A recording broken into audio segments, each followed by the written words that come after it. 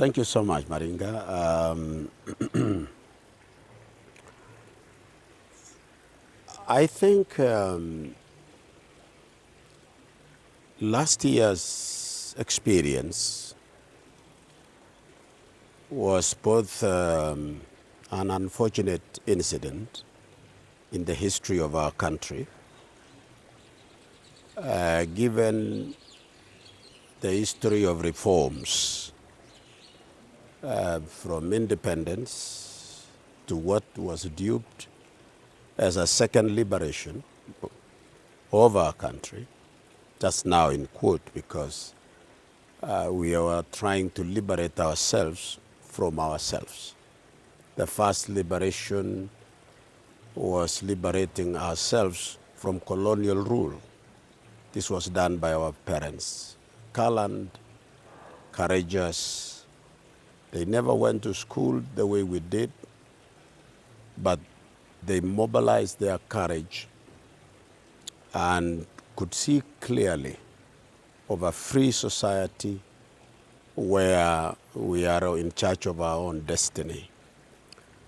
The second liberation was gravitating around one question: did we get it right in terms of providing service, in terms of inclusivity, in terms of creating a society, a cut across, because we are a nation of communities? Did we treat each other well? Did our policy in terms of development being carried out under the undercurrent of what we term a sessional paper, an agreed direction, collective thinking, that we answer one question: what next after independence? How do we move from here? And the policy that was declared in 1965, majorly known as Sessional Paper Number 10 of 10th May 1965. We want to appreciate people like leaders like Tom Mboya, Jomo Kenyatta, and the rest of the team as they guided the nation. Well, with the advice of and expertise of the colonial empire, while exceeding, they made some contribution to it, that if you want to succeed, we have set a base for you. So the white island, drawing a triangle from Ukambani, one peak on Ayachas Post, and then somewhere in near Kisumu, you get the triangle of the White Highland, where they developed farms, they developed infrastructure, modern infrastructure in trade, in infrastructure in agriculture, infrastructure in livestock development, institutions of learning. The three triangle shut out the major parts of the country. It's concentrated on the highlands. And they said this sessional paper was hungered around it. And they had the theme that start from a fairly developed area, then the rest of Kenya will enjoy a trickle down of the same development. So many years later, we were not able as a country to actualize it because we needed more time, perhaps, for literacy to take place, to have a more learned population. We also suffered from the excitements of independence, the first time to be rich as an African. That excitement led us into what would have been termed as corruption, marginalization. I don't think those who participated in theft did not want others to progress. I don't think. I think they were only overwhelmed by self-preservation, which we all suffer from. You know, you would want to think about yourself. It takes only a pragmatic thinking, and you are able to think outside yourself. And I think that became a problem. And some communities were angered, and and then we had the second option in terms of ideology. At that time, it was pro-West, and the West was fighting against the East through what we call the Cold War, which ended in the 80s. That Cold War led into establishing insensitive regimes where people, leaders in Africa, in new independent Africa, began to center their policies around what we call bragging rights, because they belong to the allies that are supporting the interest of an external reason rather than the internal. And that is where you had some dictators raised up in Africa, in Caribbean islands, where colonialism had taken place, in Asia. So then the elites who had gone to school, there is what we call academic airlift, that took some people who pro-West to go to United States of America, to Europe for studies, and others went to India because it was part of the Commonwealth, and others then went to the East for school, airlift also. The other one was carried out by people like Tom Mboya and others. Then on the other hand, people like Jaramogi Oginga and others, joining some other African countries, liberation movement leaders like Julius Nyerere and others, they took their elites to Eastern Germany and Russia, and they came in. So in mid-1960s, then we had the coming in of the two conflicting ideologies. Because of that, those who are gravitating around the triangle, the White Islands, majority of them had begun to enjoy the transfer of farms into their names, into their companies, and therefore they are the inheritors of the British Empire. Now they became pro-West and they maintained the status quo. Now the rest of the students who went to Russia and others, they come from outside the triangle. So it built into Nyanza, coastal area, and then the rest of the pastoralists were far from reaching the center. So they were busy with their animals and in the bush. Now those who understood what government is, according to the Western civilization, are the occupants of the triangle. This is where the mess came up. This is where the trouble started. And what you call, which graduated and matured into second liberation, was the third pen of no. It was more local and international as well. I have a reason by giving you this background, because I want to answer several questions. So to maintain their status quo, they had to amend the Constitution. From the Universal and Compromise Constitution of 1963-64, after the marcher of Kadu and Kanu, in November 24th, 1964, before the country became a republic, we had an accommodative central government constitutional order. But because of the Cold War, and to protect Kenya against the Eastern ideology, with the help of Americans and the British and European, we had to reform the constitution to centralize much power closer to the presidency so that we can resist the Eastern ideology. And you see, but the problem is that we never gave ourselves time frame. If you use a system of operation of putting some prevention against interdependency of nations, is unsustainable. Those of us who are in social science, it is not sustainable because human beings are meant to interact.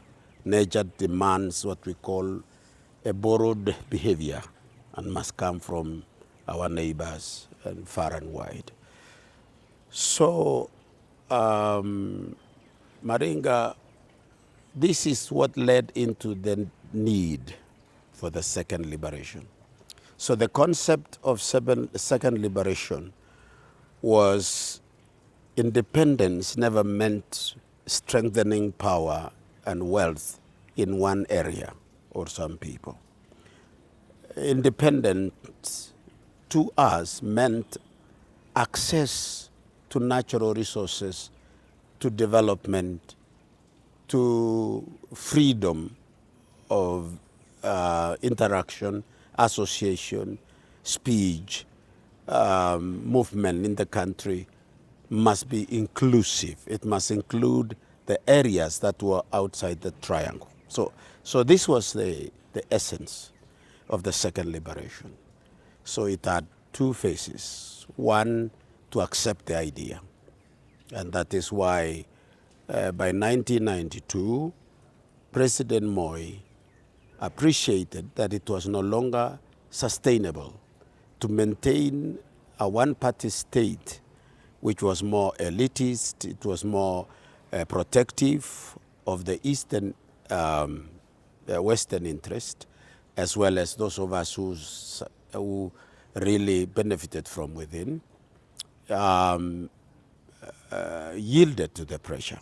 In 1992, he opened up for multipartyism. So that was the first success of that second liberation. And then the second part of the second liberation was, again, when we became free, we became included in this constitution, then we suffered now what we call the syndrome of oppression. And we were trying to reorganize ourselves. The more we reorganize ourselves, the more we disorganize ourselves. And the more we tried to gravitate around parties, the more we lost ideology. And then you can find all the parties got one the same ideology. There is no difference. You go to any party. At that time, Ford centralized the opposition. After some time, it brought together the opposition from the inside the triangle and the opposition from the outside the triangle. We brought a mixed grill into Ford, and then we could not agree inside because those who come in, they come with resources, others don't have resources. And because of that, it broke into pieces, and then we began to struggle for power. Notwithstanding now whether you are in the triangle or outside the triangle, you can understand what the triangle I mean. It led into push and pull. We wanted to exercise democracy. We said, let us use the majoritarian rule. We went to election, and because others had more resources than others, it became difficult to sustain election. And so it led into violence, so that every cycle of election, it meant a winner takes it all. And when it became a winner takes it all, power gravitated again around the inside the triangle. And those who have been outside that triangle wanted to be where power is. Then hence the question you had, What is this? A winner takes it all. Yeah. So it became a desire to go for the second part of the second liberation. And that is, how do we answer the question of inclusion? When you hear inclusion, it doesn't mean that it's not a concept that dropped from the sky. It was born out of experience.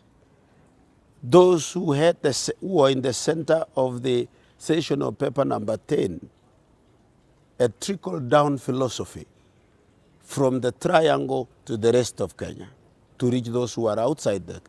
Now, when we say we were outside what we call the winners takes it all, the question is, nobody spoke it out. All the time, the winner, since independence, comes from the inside the triangle. So now, because we have become friends, those who were outside and those who were inside, unfortunately, that continued quest led into the post-election violence experience of the year 2007. Now these are violence associated not with one-party dictatorship, but it is associated with the excitement of multipartyism. We never remove the undercurrent of the inside the box and outside the box.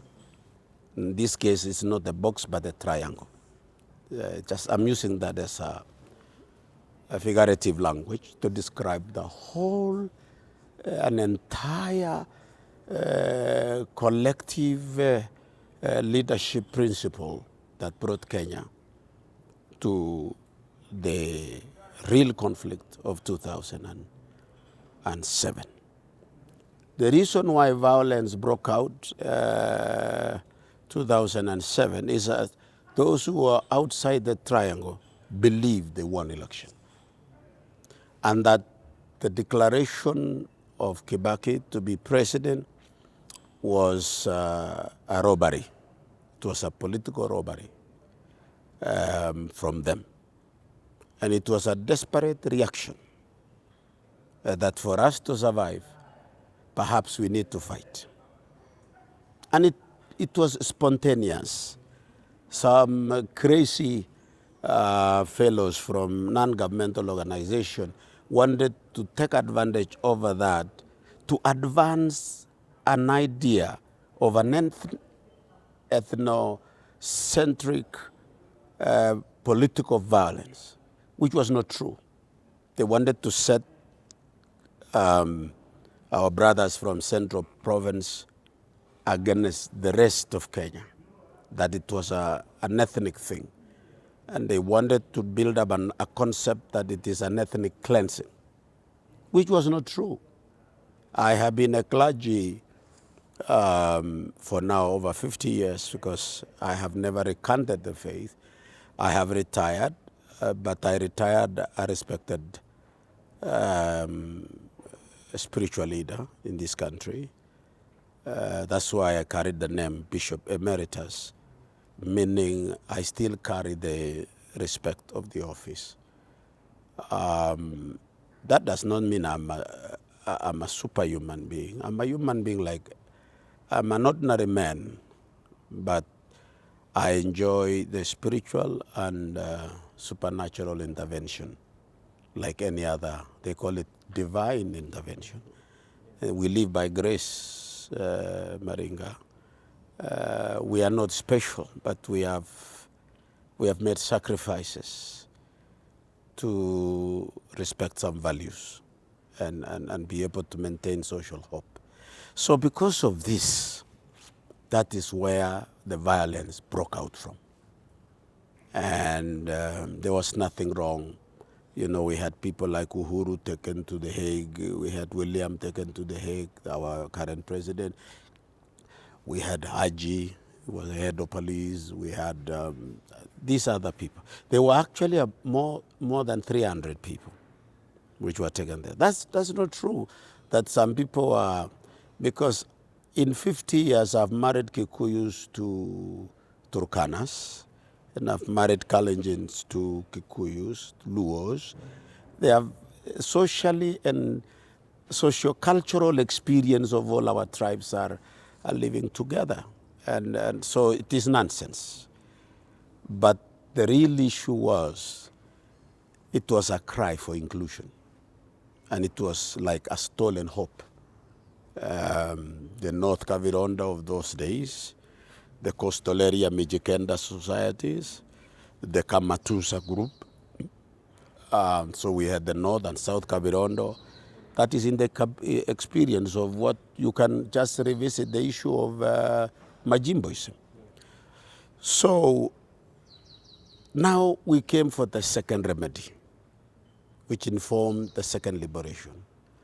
And that is, we agreed, after bringing the two parties. And I want to thank posthumous President Mwai Kibaki. Yes, Moi had a very, very vibrant argument. I have had an argument. I used to be branded among the radicals, among the clergies who are radical. We could speak truth to power in my youth, and I have not changed to date, but I'm more mature now. I don't approach like I did at that time. But we were on the same wavelength in terms of what we call radical religious concerns in public affairs. So people like the late Alexander Muge, I was an Anglican those days before I joined Pentecostal movement. So Alexander Muge was the leader of Kenya Anglican Youth Organization. And later on, I was brought up by people like Manasseh Korea. Is the one who ordained me as a lay minister in 1977. So we belonged to the free thinkers at that time. So whatever happens, we saw. But I want to tell you without fear of any contradiction, we thank God Mwai Kibaki was the president. He created an environment of a dialogue between the Highlanders or White Highlanders and those who were outside the triangle. So this post-election violence brought us together. I was involved at what we call socio-cultural leadership before it escalated to the political class. I was involved at the religious level. We were approached by United Nations Security Council through the embassy of United States of America. They came on behalf of the Big Five. We had a long meeting in Serena with bishops when they said, what next? And after that, we said, we never understood what we were doing, but we were being driven by the reality on the ground. And so we said we need a dialogue, we need an inclusion. So they said there are three options. One, we have the presidential victory nullified and we go for election, according to the Constitution of Kenya, in 90 days. Then they were asking us who is better placed to, we said Parliament has agreed Maringa to lead the Parliament, and it's agreed across board.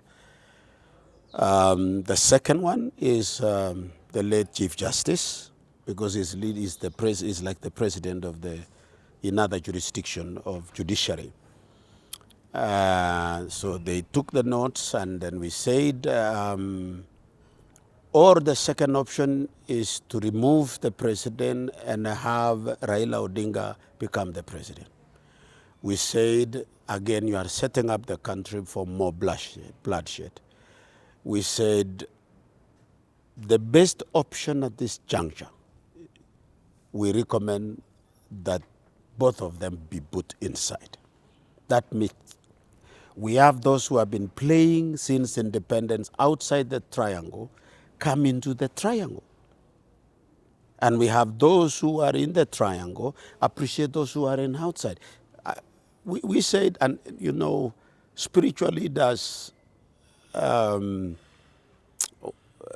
privilege about it is that they are guided by moral values with the universal understanding that all men are created in God's image and that no lesser human being, whether you are European, this is what religion, the good side of religion. I know there are some bad sides. I don't want to, because religion are run and led by people who are attempting for ideals, but they are human. They find themselves at fault. But that does not distort what we call a cumulative civilization, which has led into kingdoms and empires over the last 6,000 years. Religion plays a universal role, and this is what we made as a contribution. The United Nations Security Council, through the Canadian embassy, led by the American embassy, Renneberger, really had a serious interaction with us. And we said the best way is to put them together. So the question was how? Now we say there is a provision in the constitution of a chief minister. Parliament still has powers to baptize that and create an office of a prime minister. So those who have been outside the triangle, let them come in and let them create an office for them. So Prime Minister came. Now the rest is history, because we left there at our advice. We were not part of any other negotiation after that. We went back to our churches. And we went back to do what we are good at doing, and that's praying for the nation and advising the people to respect the outcome of what the negotiators would come up. And in their own wisdom, they said, we look for an African statesman. They went to West Africa, they went to South Africa. Finally, they came back to West Africa and brought us Kofi Annan. And thanks to the countries that came to our rescue at that time. And I want to take this opportunity to appreciate these two great leaders. Posthumous Mwai Kibaki. He was not selfish. He had this phrase, wacha waseme, kwani watasema nini, hatujasikia. Really, I respect that gentleman. I have a special admiration and respect for Raila Amolo Odinga. Not because of the broad-based now. I'm talking about him historically. Because that was not the first time he agreed to come in. 1997, he came in, dissolved his party, merged with KANU. He accepted to come and become Secretary General for the sake of bringing those within the triangle and those who are outside the triangle.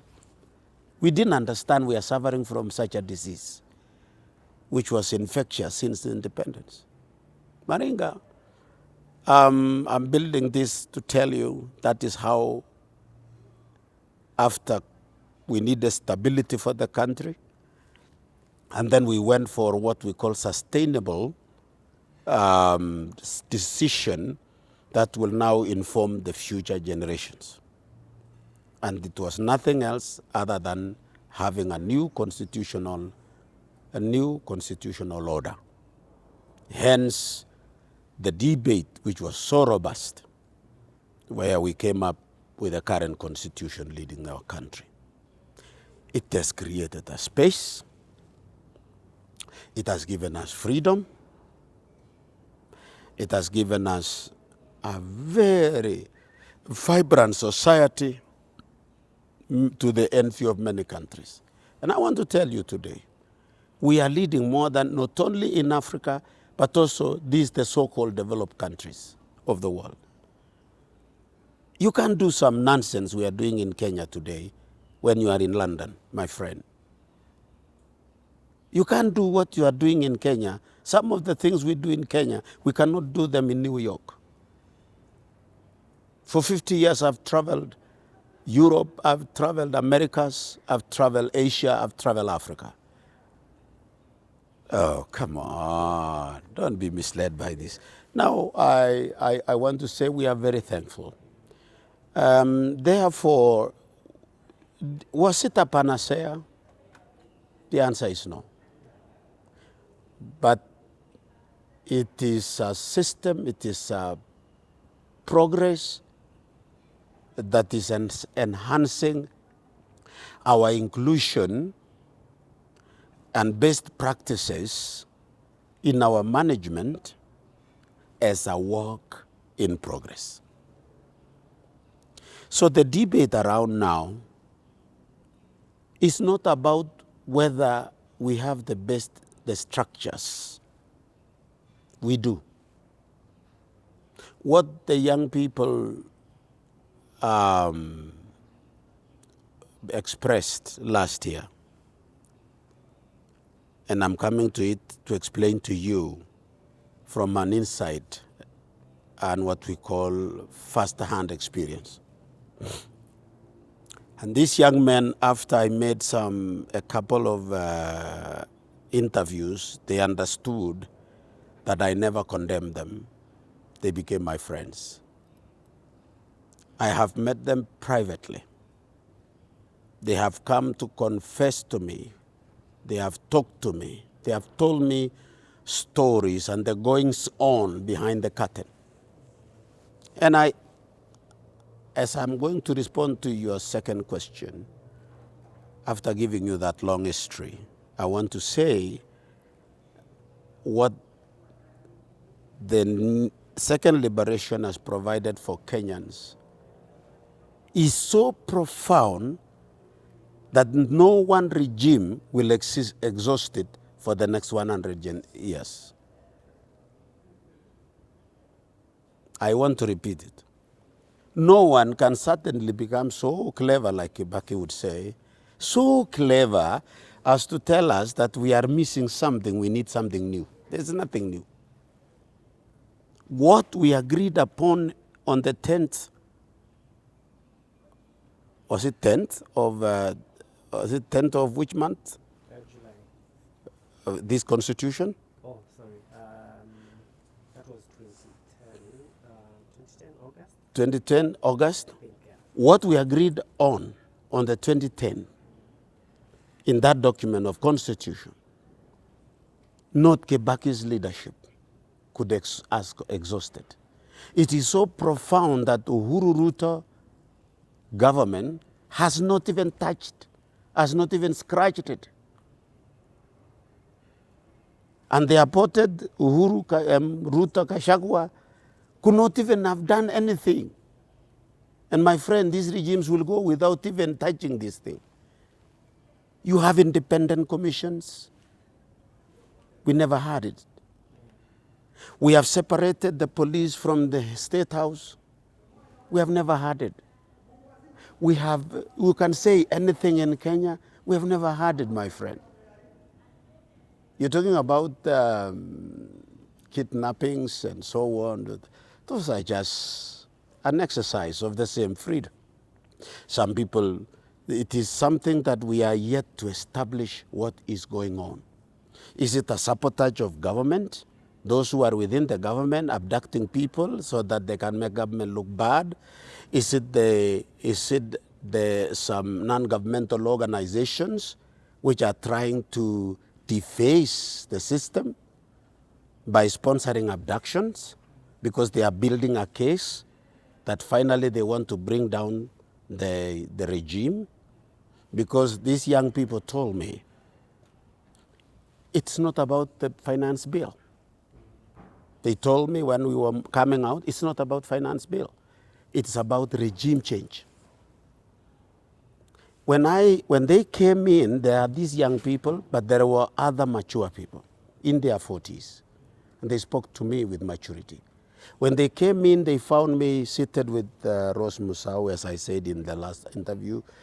They looked at me and they said, we kept quiet for some time, I think for 20 seconds. And then one broke the silence and said, we know you. You voted yes. And we would like to know from you, why did you do it? Before he interrogated me, the second one said, and we know you are a friend to the president. At the back of my mind, I said, those are enough accusations to assault me. But the third one said, but we know him, he's a good man. And that's what saved the day.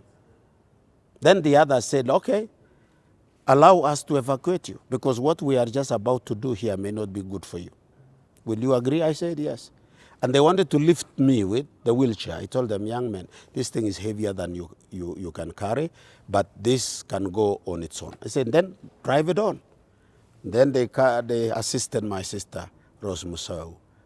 Reaching a distance of about 20 yards, they could not lift her because she was too heavy. Then they said, come on, sit down here next to Kenyatta statue outside Parliament.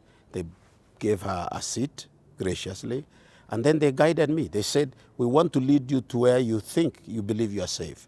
And if you want us to bring in a cab to take you, we will. You can see how human they were in their argument. While we were going out, two young men spoke to me. One in English, and one in Kalenjin language. At that time, I am intimidated. I felt I've never been under such condition in my life. So he whispered to me in English, tell the president, this is not about the finance bill. This is about regime change. We want to get him out of office, and we will do it the day after tomorrow. Meaning, they are waiting. So I was asking myself, why not tomorrow? Then we went to our next step. The other one spoke to me and said, listen up. And he told me in Kalenjin, tell Mzee not to sign that document, to give himself time for this dialogue. Meaning, the sign, if the president assented to the finance bill, that was going to be the trigger. And later on, the young people talked to me and they said, we, the university students, branded as Gen Zs, we were coming there to resist the finance bill. We never had anything prior, nor anything post at that action. And that is why they branded themselves as leaderless, right?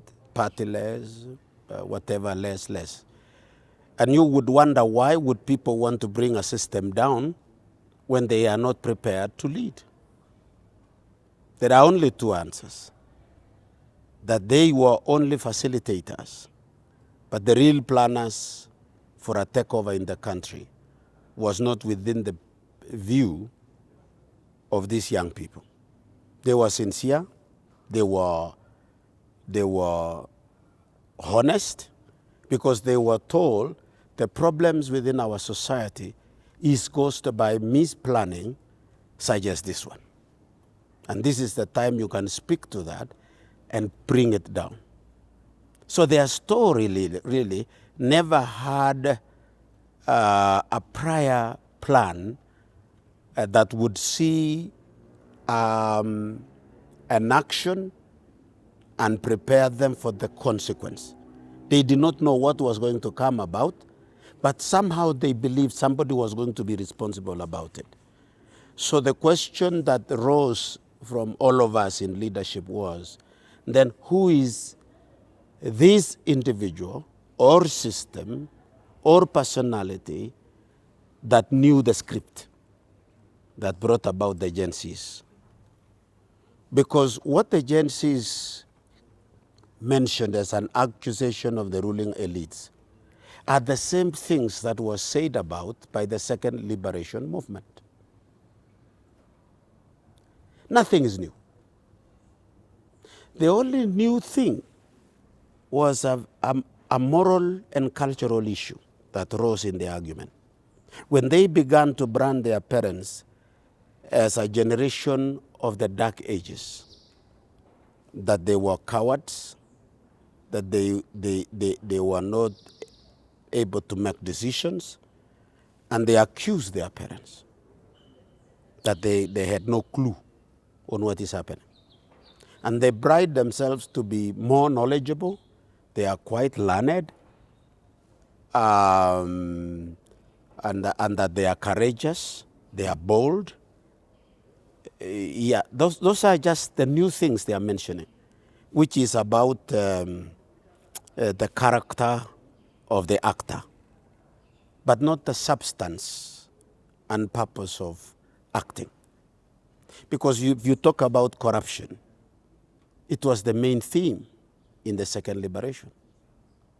If you talk about theft of national resources by the ruling elites, that was the same thing which was being treated. If it was marginalizations, it is the same thing. Now, the reason at that time was a group and a section of the country was enjoying the freedom unlimited. We want the rest of Kenya to be included. Now you have been included, you are inside. And you are still accusing yourself of the same problem. The question that could rose out of that, what happened last year, and this leads me to conclude by answering your question. What actually happened last year in June, overall, it was an attempted overthrow of government, for lack of a better word. The leadership of this country then, and the wisdom behind, because every nation is led by intelligentsia, was which way can we go? Can we busy ourselves by playing into the trap of the planner of this? Because it appeared, and I'm sure it is subject of investigation, which is going on, that if there was an attempt over an overthrow of government, the question is, who was involved? Instead of Kenyans throwing tantrums here and there, we should be able to ask ourselves, who was involved? And whether the second question can be answered, was it an internal arrangement or it was an external force using internal grievances? So the wisdom behind intelligentsia and leadership of the country, they made a choice. What do we do first? Number one, we need to stabilize the nation. Let us measure on the measure. And that measure is to stabilize the nation. To stabilize the nation, we must prepare the country for the future. And because the younger people have been involved, instead of condemning these younger people, let us separate their honest concerns from the intrigues and planners of a mutiny in the country. Let us separate the two first. But by doing so, we will kill two birds with one stone. Number one, we will be able to stabilize the country by moving the nation from instability caused by emphasizing on the temporary issues. Like, for example, why did you want to overthrow me? So long as it was not like 1982, which was obviously, I mean, Ochuka declared that the police were raia, nini, then it was clear. So you needed to take an action like Moi did at that time. Arrest people, blah, blah, blah, put them in, put them martial. This one needed a long-term solution.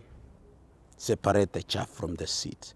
So let us listen to the younger people on their honest argument and begin to work things towards helping them, because they are our future. We are soon going to hand over to them. Let us listen to them. They may be misled.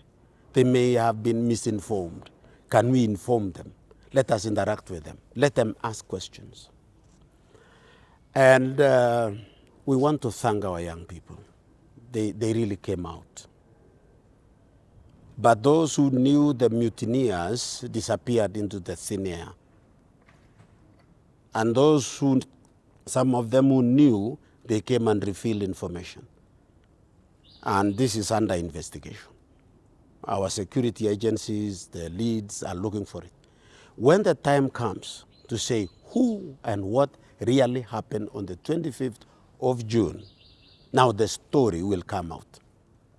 Whether it will be having consequences upon individuals or groups, that will be now the decision of that moment, and whether it will be necessary at that time, or the spirit of time will have sorted out many things.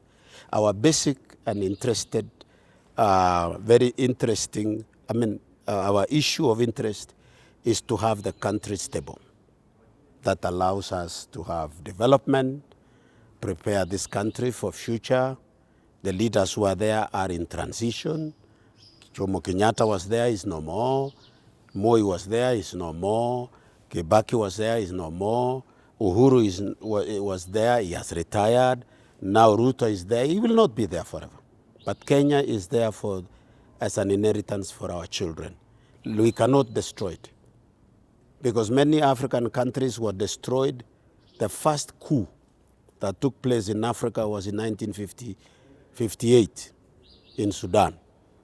Sudan has become a country broken by wars and revolutions to this date. We are so selfish and very, very concerned positively as a country that we do not want Kenya to go that direction. So we can do anything to preserve it within our power. So that's exactly what happened that time. And I thought I should not answer you as a yes and no answer. I wanted to give you the benefit of your desire to know really what was it and what could be done. And I want to tell you, Maringa, that what you are writing in the media, because you are shaping the opinion of the country, is based on information carried by lazy journalists. Lazy. Lazy. These are the Googlers. And I say that because I have educated children. I am a participator. I'm not a recipient of benefits of education, but I'm also a participator. We didn't take our children to school to produce half-baked information.